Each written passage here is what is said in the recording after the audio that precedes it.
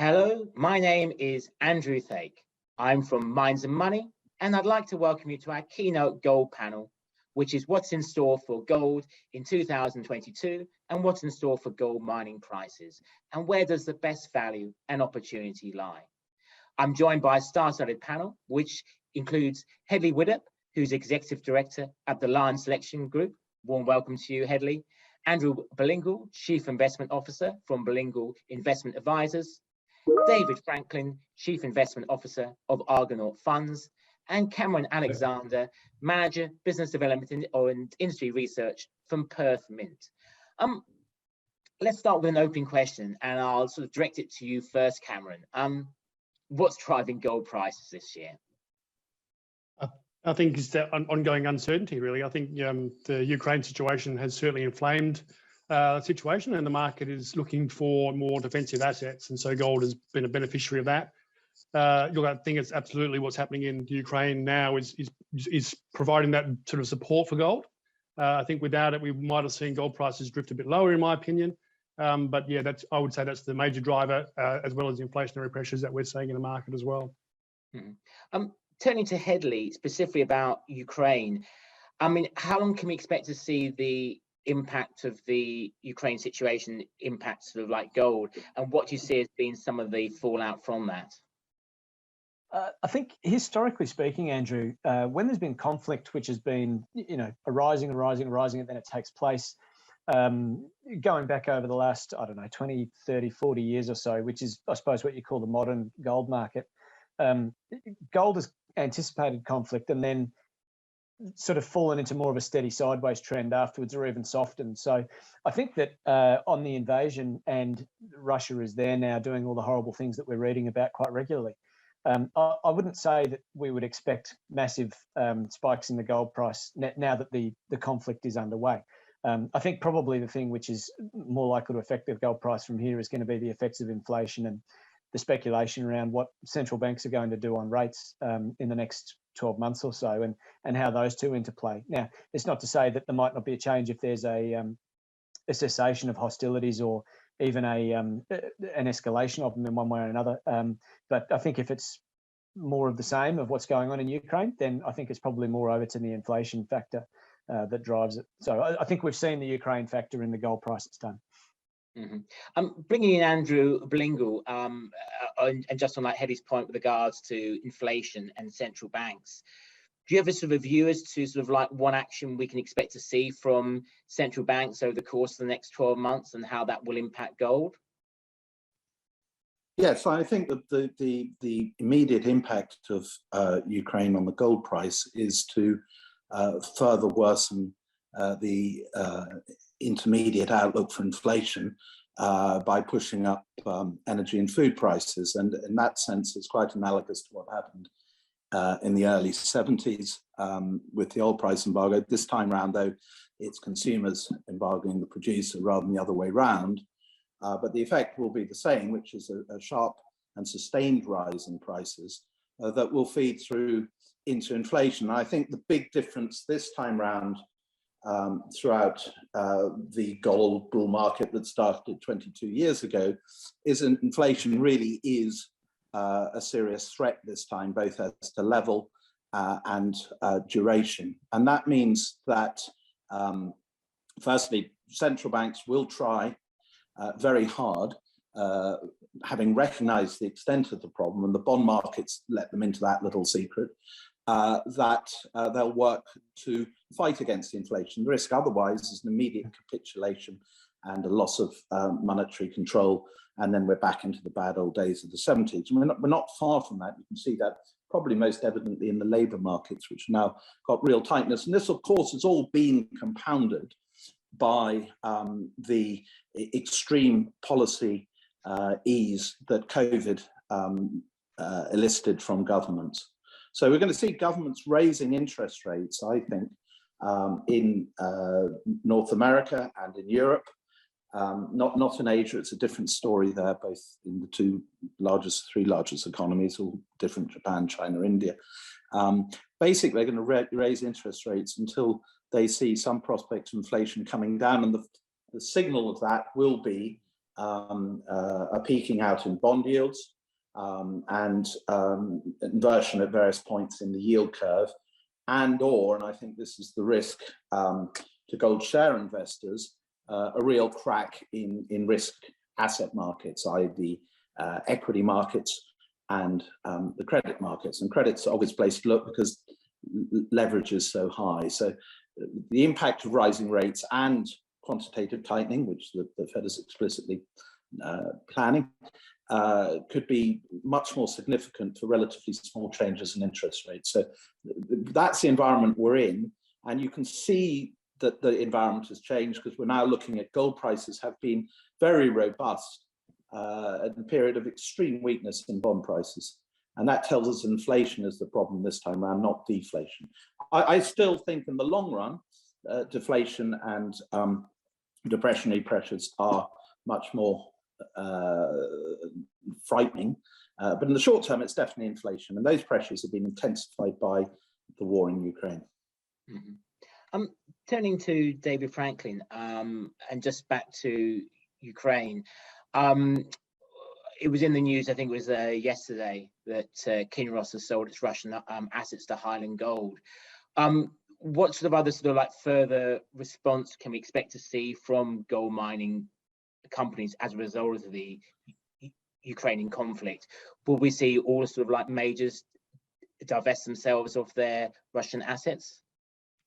Yeah, look, it's a good question, Andrew. I think and it probably ties into the ESG kind of issue more generally. And I think what you're going to see is from the investor side, investors aren't going to want to invest in those assets, and so the asset holders have a choice.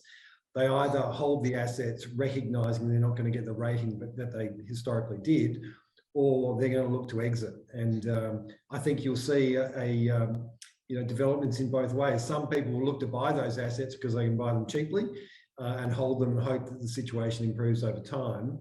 But other companies will look to sell and because they want to protect their market rating. And just as a follow-up question, is it possible for a mining company to hold Russian assets and still say that it's ESG compliant? And then likewise, the same question for an investment manager that has investments in a mining company that happens to hold Russian assets. Yeah. Well, again, it's a very good question. I think ultimately it's not the company that holds the asset that makes that judgment. It's the investor, and I think investors will have different perspectives. But generally, I would suggest that most investors will say, I don't want to go to Russia. I don't want to own assets there. Again, there's going to be some high, deep value investors that'll bear that risk. But in general, you're going to have a smaller pool of investors in those type of assets. Mm-hmm. We'll probably come back to ESG a little bit later on during the panel discussion. But I'd just like to go on a little bit about the demand for gold, and back to yourself, Cameron. I think that I think that I saw that Perth Mint saw its sales rise by about 8.9% in February. So when you are seeing this demand for gold, can you break it down for us? Yeah, look, sure. And we're seeing quite a mixed bag at the moment. The retail demand, which we saw last year, saw almost a decade high in terms of our global sales last year, and that's really continued into 2022 as well. Very strong demand for coins and small bars, particularly in markets like, for us, the US and Europe, who are sort of key markets for our small bars and coins, and also for our bullion into the institutions. Very strong demand through the first quarter. It certainly slowed down a bit in March when we hit the new high gold prices above $2,000. And sorry, back we saw prices we haven't seen for some time. The key markets for us, China and India, have backed off, and both of those markets have been trading in a bit of a steep discount over the last couple of weeks, and that certainly slowed the interest. But what we're seeing is a lot of the banks are looking to lock in supply going forward, to supply these markets in general practice. So to that, for us, that's sending a signal that they expect the demand to come back quite strongly particularly in China, and they are looking to lock in supply for the next 12 months or so. So Look, for us, it's very much focused on the Chinese market predominantly for our wholesale demand, but retail, it's been the US and Europe that's really been kicking the goals. Sure. And in terms of like institutional appetite, can you make any sort of comment with regards to that? Yeah, look, we've seen strong demand from the ETFs. We've seen, not that we supply directly into ETFs ourselves, but, if you look at the numbers coming out of the World Gold Council and elsewhere, we've seen strong inflows in 2022 compared to last year when there was sort of quite a lot of selling out of ETF to profit taking and moving assets into other asset classes. I think this year we're seeing sort of a move into more defensive assets, and gold is a beneficiary of that. And we're seeing ETF move higher. The Perth Mint ETF that we have is seeing continued growth over the last several months. I think we've seen 6 or 7 months of continued expansion within the ETF space. So that's sort of driving that.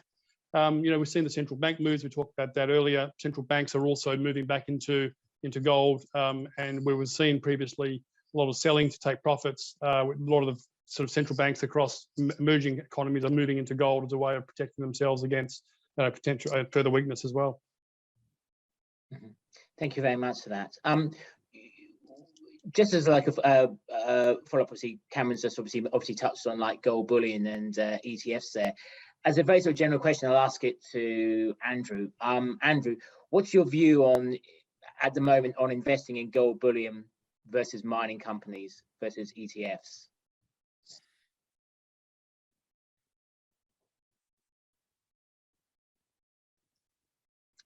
Are you there, Andrew?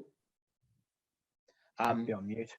Yeah, I'm here. Sorry, I was muting, so sped. Yes, we're not generally fans of ETFs, and it makes no sense to us if you're buying gold bullion as the ultimate unintermediated secure insurance to buy it via a financial market instrument. So we don't do ETFs. I think there's a very strong case for having at all times an exposure to gold bullion. And if you're looking for low risk and uncorrelated returns to other assets, that's definitely the way to go.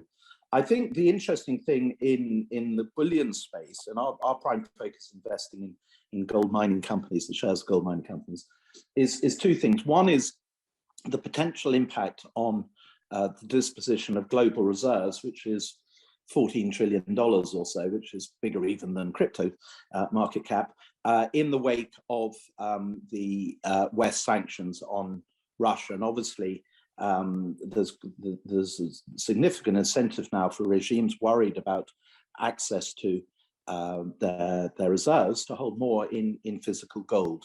And the case of Russia and China, which is the most obvious candidates, but not the only ones, they are significant producers, so that may or may not show up in visible markets. But I'm sure we're seeing both accumulating gold, and I think that tendency for central bank foreign exchange reserves to be held in gold will increase. The other is what's happening in both ETFs and large cap gold shares, which for the first time, quite a long time, have done better than small cap gold shares, is that we're seeing a more generalized interest in gold as an asset class, whether through bullion proxies like ETFs or large cap gold mining shares. And that says to me that the point that I think it was Cameron's initial point, might have been Hedley, there's a very high level of uncertainty.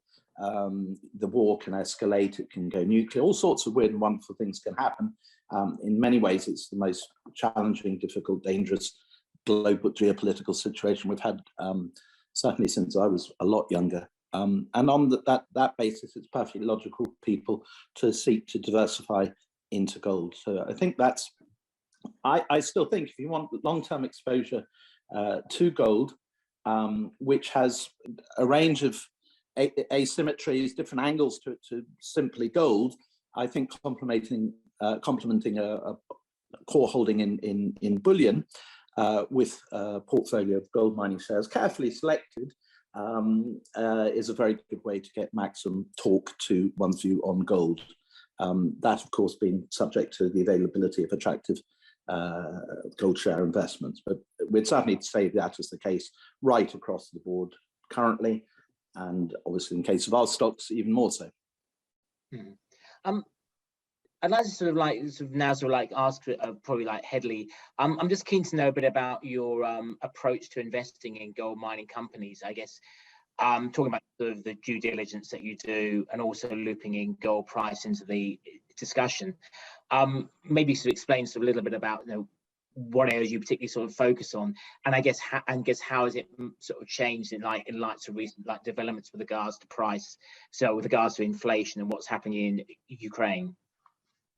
Sure. Look, I think the first fundamental point for me is that if I take the view that it's not a good time to be investing in gold, I think I would probably steer away from gold equities as well. I know there's other people who will play it different, and Andrew makes a very good point that if you want your portfolio to have some uncorrelated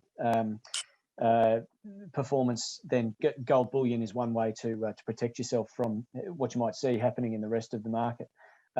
We're a bit more simple there. We're mandated to invest directly in equities, and for that reason, we tend to take a view on the commodity. And if we take a view on the commodity, which is something that we think the commodity has a poor fundamental, then we'll stay away from it. Gold is a hard one to take a purely negative view on, particularly when there's so much volatility in the world, and whether it's conflict or inflation. So I think just to rule off on that, we've got a positive view on gold, so it's a good time to be looking at the equities. And it's a binary view. When it comes to DD, is the commodity good or not? Okay, let's go. When it comes to the companies that we're looking at, and particularly the projects that we're assessing that sit inside the companies, one of the things which is on my mind at the moment is we've experienced since, say, 2015 a growing and in some cases rapidly growing interest of the market in gold equities, particularly the gold miners. At some stages, that's been the only game. So it's seen a lot of money flooding into the market, and it's found the gold equities and inflated them quite rapidly. What we're seeing in most of that time is that their costs hadn't moved materially. But in the last, let's say, 12 to 18 months, costs across the whole industry have moved quite materially. And I think that's narrowed margins. It might have crept up for a period of time, but in the last little while, that's moved up quite strongly. So if someone had been producing at, let's say, 1900 US, and they had a cost of 1200, something like that, you could have seen them move to 14 or 1500 in terms of their cost in quite a short period of time, on the basis of their energy inputs, which were always a very, very large proportion of gold mines inputs, and labour, which is the next one. So the two biggest cost inputs you've seen move quite materially. And I think that's impacted the equities. We haven't seen the equities move quite as strongly as you might have expected them to against the price of gold movement that we've just seen. It hasn't been magnified by what I would have expected. And I think that's got quite a bit to do with the inflation in costs, which is being experienced by everyone from retail shoppers right through to people who are trying to pay their labour forces. So in the DD picture, Andrew, the costs are a big one for us. How well can this project manage its costs? How do they break down in terms of energy, people, and other reagents? Are they high on the cost curve to start with, or are they middle of the road or low? And if you're low, then you've got the best chance, I think, of managing that. But if you take the view that gold price could go from 1900 US to 2,500 US or more, some of the high cost ones, we're going to see the most leverage on that. So there are investors who I talk to who will often find themselves looking at the most leverage plays. That's not so much the case for myself. I'm much more interested in the ones which have got an active margin and can produce cash. And then you've asked a question about jurisdiction risk, and we moved towards that a little bit gingerly at the start there. And you're asking about would funds and companies look to be picking up some of these projects in Russia, or indeed, if they have them, should they hold on to them? I suppose from my perspective, I don't hold them. And if I'm looking at Russia as a contrarian play, I'm going to very, very quickly dismiss that. I think it's a challenging place to put money at the best of times, and it's just become a bit bordering on impossible. I think talking to a lot of our investors on the decisions that we've been making in our funds recently, if we suddenly stuck our hand up and said we might be able to get something really cheap in Russia, we'd have a revolt on our hands. So I think just that general look through to some investors that we speak to directly, that's the reaction. And I dare say that some of the investors that assess ESG before they vote in, say, some of the large cap meetings, they often can't make those decisions on their own for the voting. They get all sorts of consultants involved in how they're going to be voting and how they'll respond to directors' remuneration reports and then directors' elections. I would say they're going to be the pinch points where companies that have an exposure to Russia, be they investors or miners, are going to be experiencing a lot of pressure, because the ESG-based vote decision makers are going to be saying, nah, that doesn't work for us. There are humanitarian issues at stake here, and it's too big a thing. You need to be getting out of there. So I think that's going to be a very difficult place to put money for time to come. And even if the conflict stops, I can't see that part of the issue abating. I think it'll be a long time before the mass money market wants to go into Russia. Yeah. I think I can see you nodding your head in agreement there, David. I wasn't sure if you had things to add in terms of about Argonaut specifics of approach to identification, due diligence, and investment in gold companies. Yeah, look, there's probably a couple of things I'd comment on. Firstly, at a high level, the view we take is, we're a high conviction investor in the resource sector. And therefore we want to back our abilities as a stock picker. So certainly we'll go for gold equities over gold bullion or an ETF.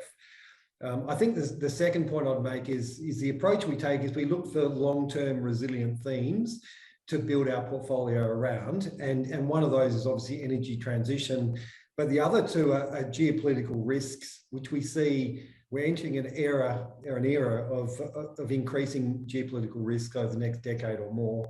And then the final point is just COVID, which I think Andrew touched on, and the implications of the stimulus and now the tightening and inflation being an outcome of that. So the geopolitical risk issue and the stimulus and inflation are really supportive of gold. So we take the view that we want to have gold in our portfolio. It's typically between 10 and 20%, and we move that round depending on how we see the situation. From there, we take sort of a bottom up. So then we choose which gold companies we want to have exposure to. And broadly, what we're looking for is long mine life, low OPEX, low CapEx, production growth, tier one locations. Our view is we own gold companies as a portfolio protection mechanism. So going into a high risk location doesn't make sense. So typically we focus on tier one locations, strong management, and ESG. So, again, we want to be in those companies that are leading and are responsible investors. So that's it in a snapshot. Yeah. You mentioned strong management there. I mean, just a question either for like David, Andrew, or for like Hedley. How do you define strong management teams? Because I'm just taking the contrarian view. Every single mining company I go to its website, it's always going to say it's got a strong management team. It's going to, they're never going to say something else other than that. But so how do you define, how do you really tell who has a strong management team? Yeah, look, I'm happy to kick off that first, because I think it's a really fascinating thing. There's two companies in the Australian market that I'd highlight. One is Capricorn Metals, which has just brought on a new mine called Karlawinda, and the management team have been in the gold sector for a long period of time. And that company, if you rank companies on enterprise value per ounce of gold production, they're at the very top.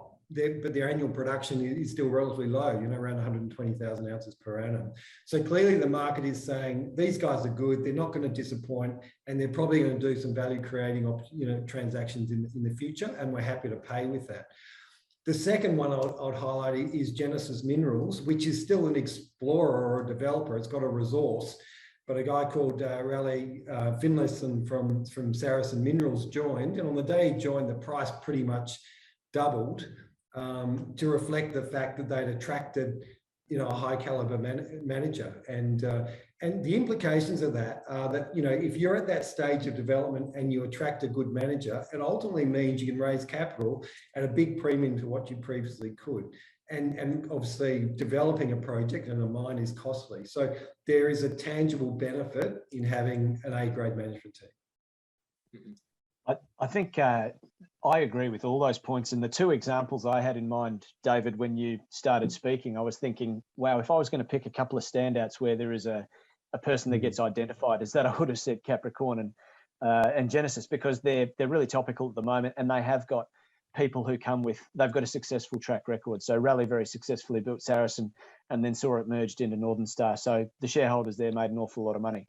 And likewise, Mark at Capricorn had a very successful track record for a long time within a team, and then he became the focal point before he moved into Capricorn at his previous role. So those are guys with track record, and you can absolutely say that they're a safe pair of hands. But then I guess, Andrew, the other side of your question is if you come across someone and they're a first timer, they don't have that track record, can you actually make that judgment about them? And it is a difficult one. And even people who have a recent good track record, sometimes that judgment that they're a safe pair of hands can be a tricky one. For the two examples there, and I'm not going to name names on the negative here because it could be seen as slanderous, but there's been some notable failures in the mining space of people who had excellent track records before that. And I think probably what that demonstrates is that there are people who get lucky, and you've got to be able to separate luck from being on the spot versus just working hard and doing a great job. And your decision making to put yourself in that situation can sometimes be very much the benefit of luck. And I think being able to recognise where you've been lucky when you assess yourself is a good way of being able to then second guess what other people think. But look, when it comes to a first timer, I think that's where the greatest risk of making the wrong decision is, because I talk to people who recruit in companies, I talk to people who are headhunters, and I look at new MDs myself every day of the week. And I think I probably get that part of the equation right, somewhere between 25 and 30%. The interesting thing about people is that they never change, but your perception of them does adjust. And it's because you get to know them better. And sometimes you start off thinking they're great, and more often than not, you move towards, oh, this guy's got flaws, or this person has flaws, and I didn't recognise them to start with. So it's a really interesting perception, that one. And sometimes with more advanced companies, you have the definite benefit of being able to assess their track record. Earlier stage, you don't. So it's a tricky one, and getting to know people is the only way you can get around it. It just occurred to me as you were saying that, Hedley, I was just thinking out loud. Is in terms of first timers, as a side observation, we've been running these pitch battles at Mines and Money for the last, I think, 3 or 4 years. Often a common thread of someone that actually wins our mining pitch battles is often somebody who was a former investor and who's then gone over to become like a miner. So in terms of like, if you had somebody who had like a background but in like a discipline that wasn't mining but had been the chief investment officer or of an investment company, or had worked at a bank or broker, would that be enough to sort of mitigate risk at your end? It's often a really good selection because they know what the investment market wants to hear. So if the game is how do you tell the market what they want to hear, they're the person who's best positioned to be able to do it. There's delivery as well. And in a lot of cases, those investors have deployed money and they know the pain of losing it. So they're often able to sit in a company and make sure that before they open their mouth, they've got the right support in place to be able to deliver on the story that they're telling. So I think generally speaking, they can often be a good person to back. But then I guess there's the flip side of that, and probably in those pitch battles, one of the people who often come out of it worst is the guys who are the pure technocrat, exploration focused, and what they want to tell you is all the minute details about what they do. It's interesting for me to observe because I sit there and say, who knows their business best out of this? If I had to help someone, I can fix the pitch, but I can't fix the business if it already has flaws. And some of the technocrats are the ones who have a very, very good chance of getting the business decisions right, but they just fail to attract the investors' attention. So sometimes that's where the people around them can make a fix there. But ex-brokers and investors, generally speaking, there's a couple of companies I'm looking at the moment. They've got very, very strong management who fit that bill. Yeah, I would just on that, Andrew. I think Hedley's raised a very good sort of point there, which quite often I would say eloquence is a very dangerous commodity, and you can have people making perfect cases and then falling flat on their face. So one needs to be sensitive to that. And some people don't articulate their case very well, but are brilliant at what they do. I mean, I guess the easiest case in point is when I met Ziggy from Gold Road when he was fossicking around with a huge, great sort of gold detecting shock of hair. And we correctly judged that he was a remarkable individual, and the rest is history. But I do think that the track record is one of the most reliable. And that track record, it's not just about the individual. We've had a couple of instances more recently where extremely credentialed people have done it all, either in typically in a jurisdiction, sometimes multiple jurisdictions, and one or more commodities, have gone into another commodity area and for whatever reason have failed miserably, despite fantastic track records and despite what we value most highly when we look at management. There are two things. One is the individual's integrity. Are they honest? Their diligence, do they work hard? Three, are they smart? Do they know what they're doing? All of that can go by the board if you wander off piste and end up in territory or doing things that you hadn't taken on and understood properly. On the beginners, you really have to go with that. And we've had some fantastic beginners experiences in the last 3-4 years. When I say beginners, nobody, obviously, they're not 10 or 12-year-olds. They're people who've been in the business but never done what they've done recently. And one is Banyan with Tara Christie. For instance, Richard Hyde at WAF has done an outstanding job, extremely difficult at various points, and a combination of guts and ability and smarts has won through. So I think backing the individuals, it's very much a personal call. That's why we really have to meet management and typically extensively to make that call. And we've certainly backed some duds like Hedley, but on the whole, our experience has been pretty good when we've had a chance to get to know people properly and assess them properly and think about it, long and hard. We've generally had pretty good experiences. Yeah. I think just for clarity there, Andrew meant to mean he has backed some duds just like Hedley has, as opposed to backed some duds like Hedley is. Yeah, I'd be a lot richer if I'd just given you all my money, Hedley. I'm sorry. Interestingly, Andrew, the two examples you just gave are technocrats. Both of those people, I think, Tara and Richard, but promote and present remarkably well. Although I think from the early days when I first met both of them, they've come a long way in terms of their ability to tell the story as well. And that could be from, and I mean, in getting to know people, and sorry, I don't want to cause any embarrassment here, but there are some fund managers around who meet a company and go, nah, didn't like them.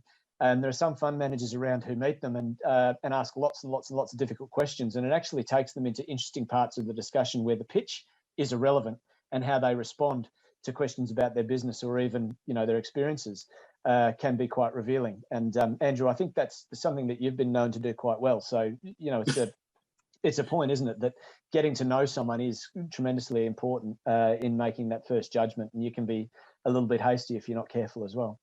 Yeah, definitely. And we've had instances where we've been either put off by people who subsequently turned up, which, by the way, was our first instance with Richard Hyde, who I run the Richard Hyde fan club now, and others where you thought they're great and then actually, it turns out not so great. And happily, most of those we've got to before it's too late. But yeah.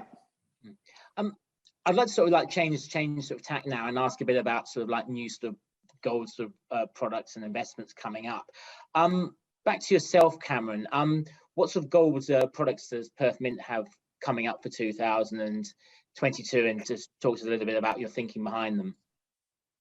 Look, it's more of the same, really. I mean, we're pushing the Perth Mint ETF that we have currently. We're also the depository products that we push out regularly. But for us, it's really trying to establish more of our markets in established markets in Europe and the United States. For us at the retail end, we can't make enough of the product. That's the biggest challenge we have, is to make sure demand is so strong in those key markets for us, is that we really need to be able to churn more out. That's not necessarily the fact we don't have enough gold. It's more about it's hard to get the product in that form to these key markets. So a lot of our gold that comes in moves out in large sort of kilo bar format. For the sort of wholesale markets. And for us, it's really trying to get it into a smaller bar form, that's sort of 1 ounce, or the 1 ounce coins, if you like, or even smaller in fractionals to meet the demand in those key markets. So that'll be the challenge for us this year, is to get to be able to feed product into those markets why demand is so still very strong. We were quite sort of a bit surprised that demand has continued at this kind of level. We expected it to tail off a little bit this year after such an extraordinary year last year. But the first 3 months this year continue to be incredibly solid. And the March numbers I saw yesterday were also extremely strong compared to February. So we've seen another increase in demand at the retail level. As I mentioned earlier, we have seen a bit of a tapering on the wholesale side, which is where the bulk of our metal goes to the export markets. But we're still seeing significant outflows of gold from Perth. Mm-hmm. Okay. I've just written down in my notepad here, crypto gold.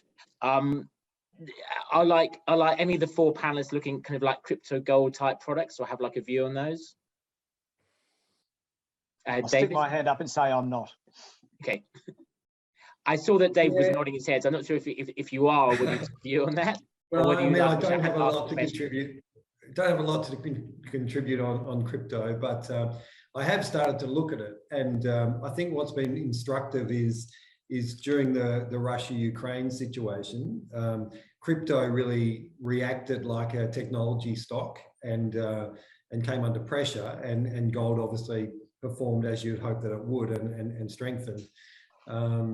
Long term, I think crypto there will be a market for it, but I think it's got a way to go as a store of value and sort of a hedge against uncertainty. Mm-hmm. Okay. And another way note I've written down here was about royalty and streaming companies. It seems to be, and I don't see have the stats to sort of back it up, but over the last couple of years, we seem to see more like royalty and streaming companies set up, more gold royalty and streaming companies setting up. Do any of you invest in gold in royalty and streaming companies? And do you have like a view in them as an investment? It's not something that we invest directly in, Andrew, but observation from a couple of companies which I work quite closely with, so they're the product takers, if you like, and see them as an investor in them, is that I think particularly in the North American market, it's become an ultra competitive space. Some finance which has been offered to a company which I won't name only because it's not fair to identify. It comes at a price, let's say in the last 6 months, which is something like a half of what it was being offered at if you're just trying to work out what the cost of capital is, from a very similar provider 3 or 4 years ago. Now, you can probably argue that there's a progression difference, so perhaps the cost of capital should have fallen, but there appears to be a very definite competitive aspect to that as well. And I think it is quite fierce in terms of the competitiveness of that space, of those groups getting around trying to grow their portfolios by offering fresh royalties or streams, etc. So that's my observation, but not a space that we invest in. Mm-hmm. Okay. Can I just ask Hedley a question, Andrew? Because we're the same. We do invest. We've invested in some startup ones which have gone well, but on the whole, we've avoided investing in the streaming companies. All I can say is, although we've done better than the streaming companies, we've only done so with dramatically more work, more luck.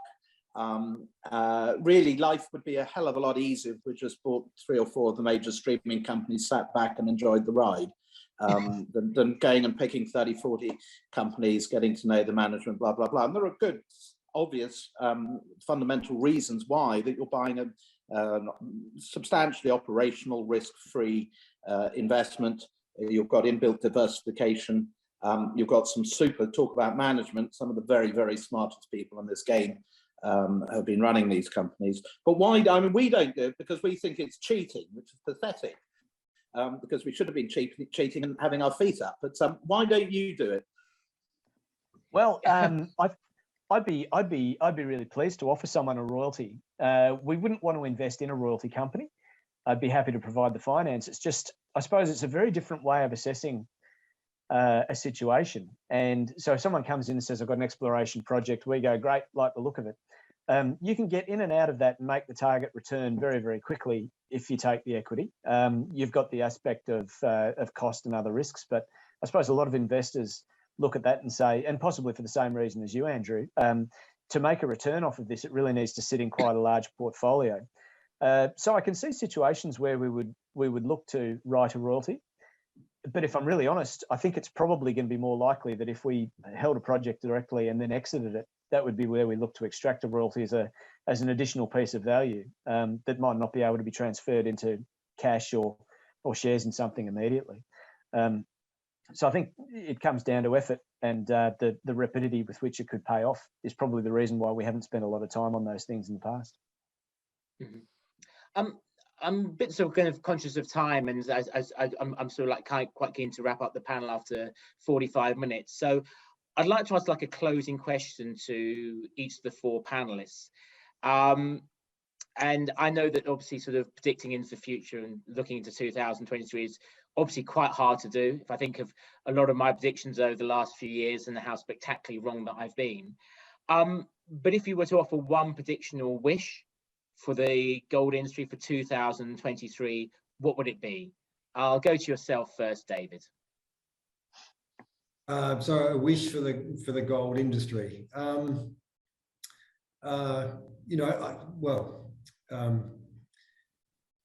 What I'd like is for the gold price to remain firm. Essentially, we think that there's some good value gold shares, and we think there's good opportunity in the gold sector. So I guess looking at 2023, a firm gold price which supports the gold companies, and I think there's some good companies out there. So some of the ones I've mentioned are, I think as a developer, I think De Grey is really a standout. It's a potential emerging 500,000 ounce producer, which is pretty rare in this time. And I think over that time frame, it will develop further. Yeah, I think that De Grey won our Exploration Company of the Year award like last year. Would you like to see more consolidation in the industry, David? Yeah, I think that'll happen. If one of the things the gold sector is lacking is production growth, and the way to achieve that relatively quickly is through acquisition. So I think De Grey is potentially a target, but you've also got, particularly the Australian gold sector is very cashed up. Generally no debt. Some of them have reasonable amounts of cash, and you're already starting to see some corporate activity across the sector. So I think you'll certainly see more of that, and that'll drive returns. Mm-hmm. Andrew, what's your one prediction wish for 2023 with regards to gold? Well, it's a bit like the letter I write to Santa every year. It's the middle of December, but very simple. I mean, gold 3,000 will do, preferably on a crossover with the S&P headed the other way, and at least 10 up to 20 of our companies getting bid for per David's consolidation plan. You must be. I think that'll do. Yeah, you must be the only person of your age that I know that kind of still believes in Santa Claus, Andrew. I'm only 12. Oh, that's why we haven't got the video of you on. Okay, fair enough.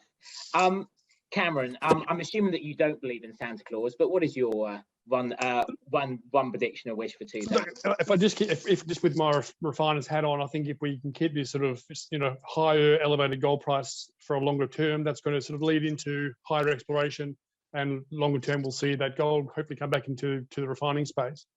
I think my view is that gold prices will probably taper back from where we are currently. I think that sort of premium is built into the Ukraine situation, but the pressure from the inflationary pressures will continue to keep gold prices elevated. But I think we could see a little bit of the bubble come away from gold.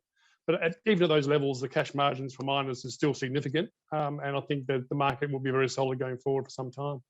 Mm-hmm. And then can you talk to us a little bit about the regional demand for the refinery markets? Yeah, as mentioned, at the moment, that's probably one of our concerns is China. We're seeing the lockdown in Shanghai more recently, and also down in Shenzhen, which is really the major fabrication market for jewelry particularly.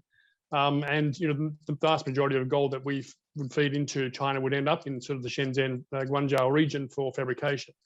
So really the last 2 weeks have seen sort of supply going in really sort of taper off completely.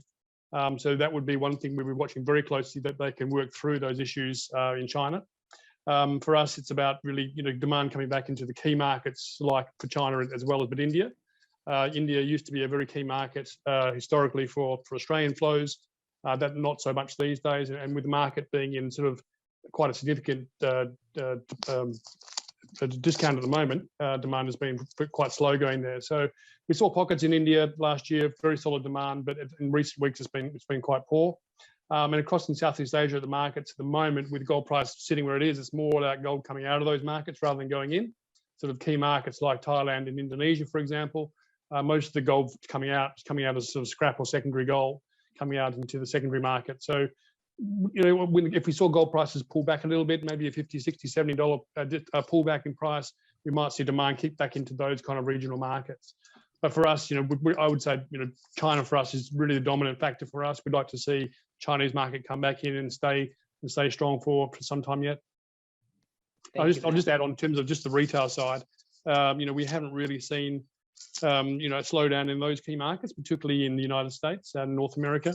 I think if we continue to see this uncertainty and concern about you know, higher inflation and raising rates, which is what we've talked about this afternoon, I think that uncertainty is going to continue to be present, and that should lend itself to higher demand for moving into to sort of risk on assets, and you know, particularly like, you know, gold and silver. Silver's doing fantastically well as well. We didn't mention it today, but from a retail point of view, we absolutely couldn't make enough silver investment products at the moment.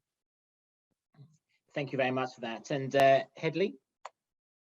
I'm not sure if it's prediction or wish, but I think you're after a bit of both. And I'm not going to be a prognosticator by saying I think interest rates are going up. I think everybody agrees on that. But when interest rates go up, I think the prediction is we're going to see a contango in the gold price for the first time for a long time, and a growing contango. So my prediction is that we'll start to see gold companies start to think that they're financial engineers. And my wish is that they will continue doing what they do well, which is mine gold out of the ground, and don't pretend that they know anything about what the financial markets are going to do, because they often don't, and succumb to selling more gold than they produce, which is what we've seen when we've had high interest rates in the past, particularly when interest rates start to move quite aggressively and they can make more money from selling forward. So we'll keep our fingers crossed around that. But I think it's going to be very interesting to observe what happens as the gold industry starts to hedge, particularly on the gold price, because I think it might start to play havoc.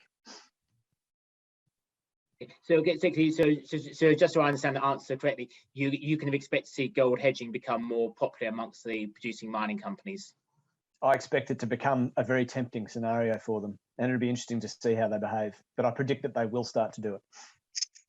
And that's particularly the incentive with rising costs to lock in protection. That definitely, and we like Hedley, I mean, there's certainly circumstances where we want our companies to hedge, but they're pretty unusual circumstances. Typically, we want the exposure. Well, thank you very much for that. I think that brings us to the end of our panel session. I'd like to thank once again our panelists, who were Hedley Widdup, Executive Director at Lion Selection Group, Andrew Ballingal, Chief Investment Officer of Ballingal Investment Advisors, David Franklyn, Chief Investment Officer of Argonaut Funds, Cameron Alexander, Manager of Business Development and Industry Research of Perth Mint, and this was myself, Andrew Thake, Head of Content at Minds and Money. We hope that you enjoy the rest of the show. Thank you very much. Thank you very much, Andrew.